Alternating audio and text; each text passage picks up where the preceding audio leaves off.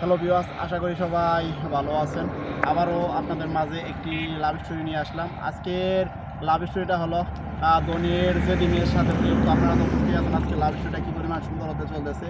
তো একদিন বিকেলবেলা আমি একটু ঘুরতে বের হয়েছিলাম, আর ঘুরতে বের হয়েছি হঠাৎ করে দেখতে পারলাম যে একটি ধোনির আদরের দুলালি মেয়ে সে একটি গরিব রিক্সাওয়ালার সাথে অনেক খারাপ ব্যবহার করতেছে, তুই করতেছে। তো আমি সামনের দিকে এগিয়ে যাওয়ার পর আমি বিষয়টা শুনতে চাই আর বলি যে কী হয়েছে। তো সে আমাকে বলে যে কেন আপনাকে কী বলতে হবো। তো এটি শোনার পর আমি বলি যে আপনি একটু চুপ থাকেন, আমি সব কিছু শুনতেছি। তো রিক্সাওয়ালা থেকে সব কিছু জানতে পারলাম যে 20 টাকা রিক্সা ভাড়া সে নাকি 10 টাকা দিতে চায়। এটি নিয়ে নাকি রিক্সাওয়ালার সাথে তারা একটু কথা কাটাকাটি হইতেছে। তো এটি শোনার পর আমারই খুব খারাপ লাগে। তো আমি রিক্সাওয়ালাকে পকেট থেকে 10 টাকা বের করে দিয়ে 20 টাকা মিল করে দিয়ে বলি যে আচ্ছা আপনি চলে যান।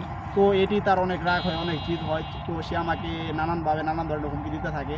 তো হুমকি দিতে এক পর্যায়ে সে আমাকে এক প্রকার তার সাথে আমার রাগারাগি হয়। রাগারাগি শেষ করে সে চলে যায়, আমিও চলে যাই। তো তার সাথে যে এরকম কাকতালীয়ভাবে যে আমার দেখা হয়ে যাবে এটা ভাবতেও পারি নাই। কারণ আমি যে কলেজে পড়তাম, তো সেই কলেজে সেও প্রথম দিন এডমিশন নিতে গেছে, ভর্তি হতে গেছে। তো সে যা প্রথম দেখে আমাকে চিনতে পারার পর সে আমাকে ডাক দেওয়ার পর বলে যে এখানে তুমি কী করো। তো আমি বললাম যে কেন, আপনি কি আজকে ঝগড়া করবেন নাকি আমার সাথে?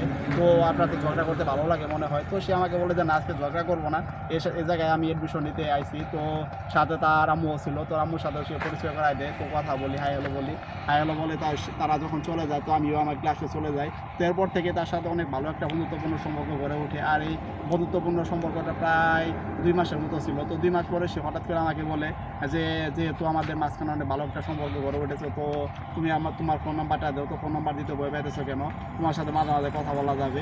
তো তাকে আমার ফোন নাম্বারটা দিই। তো এরপর থেকে তার সাথে মাঝে মাঝে কথা বলতাম। তো এরকমভাবে প্রায় 3 থেকে 4 মাস আমরা কথা বলি। কথা বলতে হঠাৎ করে গিয়ে দেখতে পারি যে সে একটি ফুল নিয়ে আসে। ফুল নিয়ে আসার পর আমাকে বলতেছে এটি তোমার জন্য। তো আমিও ফুলটা নিয়ে নেই।